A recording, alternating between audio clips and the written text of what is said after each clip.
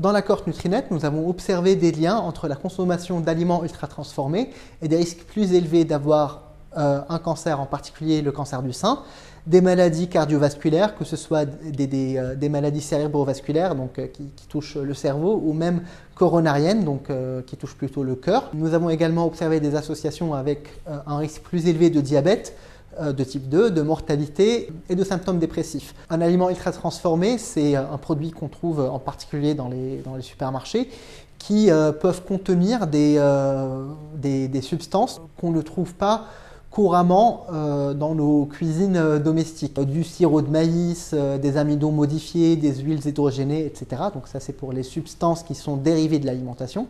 Mais on peut également trouver des additifs cosmétiques. Donc là ça va être des produits chimiques qui vont être rajoutés au produit pour modifier sa texture, pour modifier son goût, pour lui donner une couleur particulière.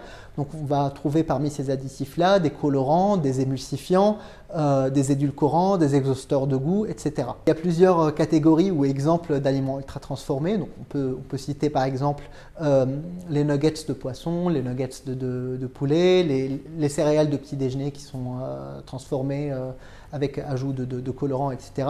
Certains yaourts, les boissons édulcorées, certaines chips, certains plats préparés. Pour 100 kcal consommés, 30 proviennent des aliments ultra transformés en France.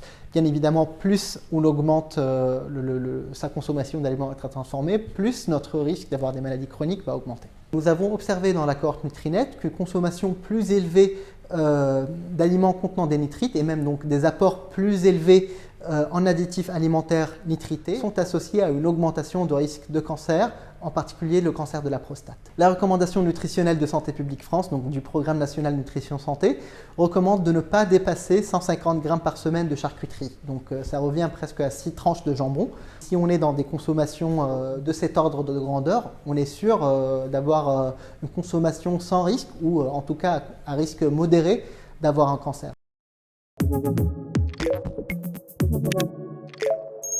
Thank you.